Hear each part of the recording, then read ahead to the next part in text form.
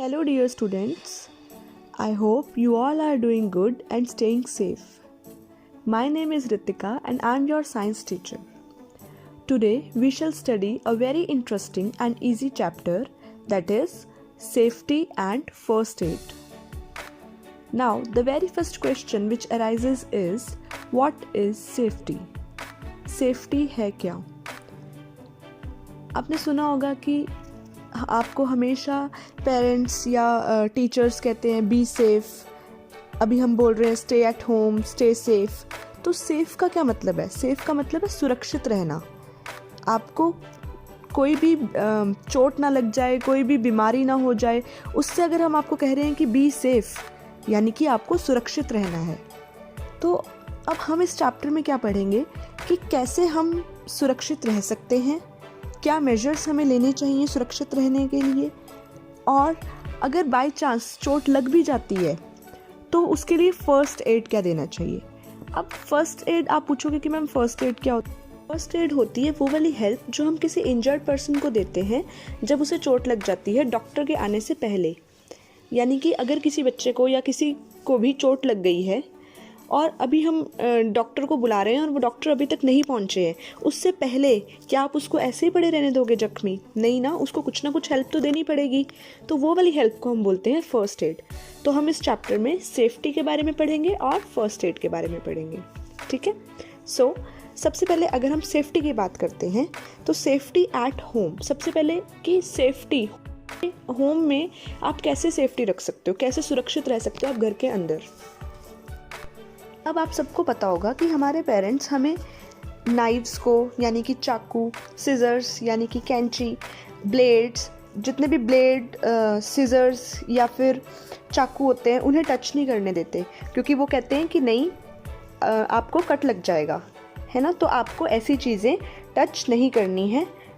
Secondly, अगर आपका कोई टॉय, जैसे आप टॉयज़ से खेल रहे थे और फिर आपने उन्हें फ्लोर पे ही रहने दिया, तो ऐसा नहीं करना है. उसे उठाकर उनकी जगह पे रखना है, क्योंकि अगर आपका कोई टॉय फ्लोर पे ही पड़ा रह गया और आपने गलती से उसके ऊपर पैर रख दिया तो आप हर्ट हो सकते हो.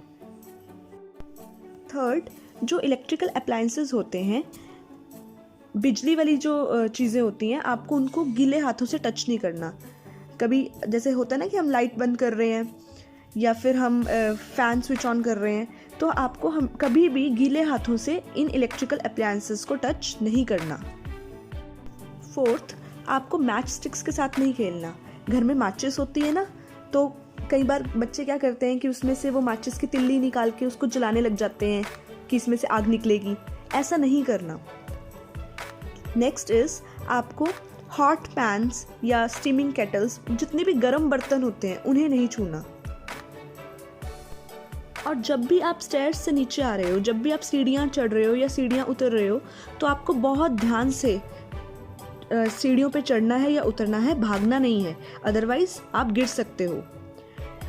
एंड लास्ट इज, आपको कोई भी मेडिसिन खुद से नहीं लेनी. ऐसा नहीं है कि आपके सिर में दर्द हो रहा है और आपने कुछ भी उठा के मेडिसिन वाले बॉक्स में से अपने आप ही मेडिसिन ले ली. नहीं. So these were some rules of safety at home. Next we will study safety on the playground. कि जब हम प्ले ग्राउंड में होते हैं, जब हम किसी खेल मैदान में होते हैं, तो आपको कैसे सुरक्षित रहना है. जब भी आप प्ले ग्राउंड में होते हैं तब आपको रफ़ गेम्स नहीं खेलनी. ऐसी कोई गेम नहीं खेलनी जिसमें आप एक दूसरे को पुश कर रहे हो, क्योंकि अगर आप एक दूसरे को पुश करते करते गिर गए तो आपको चोट लग सकती है. आपको हमेशा स्विंग्स पे, आपको हमेशा झूले लेते हुए बहुत बहुत केयरफुल रहना है. अगर आप स्विंग्स से गिर गए तो भी आपको चोट लग सकती है. जब भी आप एक पतंग उड़ाते हैं तब आपको वो पतंग हमेशा या तो पार्क में या किसी ओपन स्पेस में जाके ही उड़ानी है. कभी भी टेरेस या रूफटॉप पे आपको पतंग नहीं उड़ानी, क्योंकि हमारा ध्यान तो पतंग की तरफ होगा तो हम गिर सकते हैं. Next we will study about safety in school. School में आप क्या क्या सेफ्टी रूल्स फॉलो कर सकते हो. Number 1 is do not play in the classroom. आपको क्लासरूम के अंदर डेस्क पे या बेंचेस पे भी प्ले नहीं करना है, जंप नहीं करना है. सेकंड, आपको डोर्स और विंडोज़ को बैंग नहीं करना है.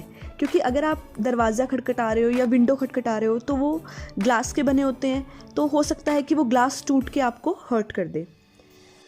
थर्ड इज़, जब भी आप सीढ़ियाँ चढ़ते हो या उतरते हो तो बहुत केयरफुली चढ़ना या उतरना है, एक दूसरे को पुश नहीं करना। Next we will study about safety on the road. जब भी आप सड़क पे होते हैं तब आपको कौन कौन से सेफ्टी मेजर्स को फॉलो करना है। First is always walk on the footpath, आपको हमेशा फुटपाथ पे चलना है। सेकेंड, जब भी आप सड़क क्रॉस करते हैं तो आपको लेफ़्ट और राइट दोनों साइड देखना है। थर्ड, आपको कभी भी रोड पे तो नहीं खेलना है, मतलब हाँ आप अपनी गली में ज़रूर खेल सकते हो, आप अपने सोसाइटी के प्लेग्राउंड में ज़रूर खेल सकते हो, लेकिन ऐसी रोड जो बहुत बिजी रहती है, जहाँ पे ट्रैफिक रहता है बहुत ज़्यादा, तो ऐसे रोड्स पे आपको नहीं खेलना है। Last is always follow the traffic rules, आपको हमेशा जो भी ट्रैफिक रूल्स हैं उन्हें फॉलो करना है। तो ये तो हमने अभी पढ़ा सेफ्टी के बारे में। अब हम पढ़ेंगे फर्स्ट एड के बारे में। अब फर्स्ट एड मैंने आपको ऑलरेडी बता चुकी हूँ मैं कि फ़र्स्ट एड होता क्या है, वो वाली हेल्प जो हम किसी इंजर्ड पर्सन को देते हैं डॉक्टर के आने से पहले। अब इसमें फ़र्स्ट है, अगर किसी को भी माइनर सा कट लग जाए या किसी को कोई बहुत हल्का सा जख्म हो जाए, तो उस टाइम पे क्या करना है। कई बार होता है ना कि हम चाकू यूज़ कर रहे हैं या हम ब्लेड यूज़ कर रहे हैं और हमें कट लग गया, या फिर हम एकदम से गिर गए भागते भागते तो हमें बिल्कुल छोटा सा घाव हो गया। तो उस टाइम पे हम क्या करेंगे, सबसे पहले उस माइनर कट को आपने वॉश करना है। वो जो एरिया है जहाँ पे आपको कट लगा है या जहाँ आपको चोट लगी है, आपको उस एरिया को सबसे पहले पानी से वॉश करना है। उसके बाद आपको उसके ऊपर कोई एंटीसेप्टिक क्रीम लगानी है। अगर उस कट में से ब्लीडिंग हो रही है तो आपको वहाँ पे एक बैंडेज लगाना है ताकि वो ब्लीडिंग स्टॉप हो जाए, खून ना निकले उसमें से। उसके बाद अगर ब्लीडिंग बहुत ज़्यादा हो रही है तो आपको उसको इमीडिएटली डॉक्टर के पास लेकर जाना है। और हाँ, याद रहे उस घाव के पास या उस कट के पास फ्लाइज यानी कि कोई भी मक्खियाँ या किसी भी टाइप की कोई भी डर्ट उसके आसपास ना आ पाए, क्योंकि अगर उस कट में डर्ट चली गई तो वहाँ पे इन्फेक्शन हो सकता है। तो ये जो फर्स्ट एड थी ये किसे दी जाती है, जिसे माइनर कट्स लगे हुए हो। सेकेंड, फॉर बर्न्स, अगर किसी का कोई एरिया जल गया है तो उस टाइम क्या उसको फर्स्ट एड देनी चाहिए।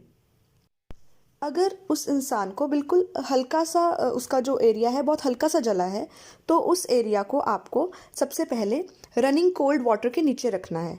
यानी कि आपने टैप ऑन कर दी, वहाँ से पानी निकल रहा है और उसके नीचे आप वो एरिया प्लेस कर दो। अगर बाजू पे लगा है तो वो बाजू जो है उस टैप के नीचे कर लो।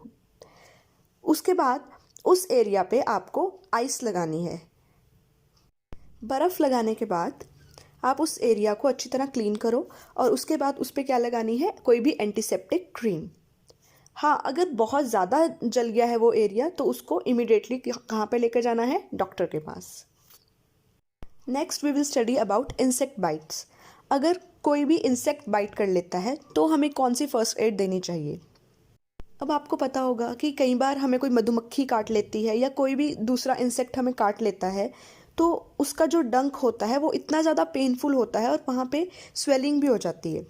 तो उस टाइम पे हम क्या करेंगे, सबसे पहली बात वो जो उसका डंक है, डंक को हम इंग्लिश में बोलते हैं स्टिंग, जो वो डंक है या स्टिंग है उसको आपको निकालना है विद अ पेयर ऑफ ट्वीज़र्स। आपको ट्वीज़र्स यूज़ करने हैं और उस डंक को निकालना है। ट्वीज़र्स जो है आपको स्क्रीन पे दिख रहे होंगे, इनको यूज़ कर कर आपको उस डंक को निकालना है। सेकेंडली, उसका जो अफेक्टेड स्पॉट है जहाँ पे उसको मधुमक्खी ने काटा है, वहाँ पे आपको वॉश करना है उसे वाटर से। उसे बहुत प्रॉपरली वॉश करेंगे हम वाटर से। उसके बाद वहाँ पे आइस लगाएंगे। आइस लगाने से क्या होगा कि उस एरिया में स्वेलिंग नहीं आएगी। अगर स्वेलिंग आ भी रही है तो बहुत रिड्यूस हो जाएगी, बहुत कम स्वेलिंग आएगी उस एरिया में। और उसके बाद कोई भी एंटीसेप्टिक लोशन लगा देना है ताकि वो जो उसका इचिंग है, जो वहाँ पे उसको इचिंग हो रही है वो भी ना हो और वो जो एरिया है वो बिल्कुल ही शांत रहे वो एरिया, यानी कि वहाँ पे ज़्यादा पेन भी ना हो और इचिंग भी ना हो। So this was all about first aid. अब हमने सेफ्टी के बारे में पढ़ लिया, हमने फर्स्ट एड के बारे में पढ़ लिया। अब हम पढ़ेंगे एमरजेंसी नंबर्स के बारे में। एमरजेंसी नंबर्स, जैसे कि आप सबको पता है कि पुलिस का नंबर क्या होता है, 100। तो ऐसे कुछ इमरजेंसी नंबर्स आपके पास होने चाहिए जिन्हें किसी भी इमरजेंसी वाली सिचुएशन पे आप उन्हें कॉल करके बुला सको। आपको हमेशा नियरेस्ट पुलिस स्टेशन का नंबर, फायर स्टेशन का नंबर, जैसे कहीं पे आग लग जाती है तो जो फायर स्टेशंस होते हैं उनका नंबर आपको रखना चाहिए, डॉक्टर्स का और केमिस्ट का नंबर आपको रखना चाहिए, ताकि जब भी कोई इमरजेंसी केस हो तो आप इमीडिएटली उनको कॉल कर सको। It's a well known saying that prevention is better than cure. आपको किसी भी चोट को ठीक करने से ज़्यादा अच्छा क्या है कि वो चोट हम लगने ही ना दें। इसीलिए कहते हैं कि prevention is better than cure. आप पहले ही उसे प्रिवेंट कर लो, उसे चोट को लगने ही ना दो। So this was all about this chapter. I hope ये बहुत इंटरेस्टिंग लगा होगा, बहुत ईजी भी लगा होगा। तो आप सबको अब इन मेजर्स का ध्यान रख के इन्हें फॉलो करना है और बहुत ही सेफ रहना है। ओके, सो या bye bye, take care, stay home, stay safe.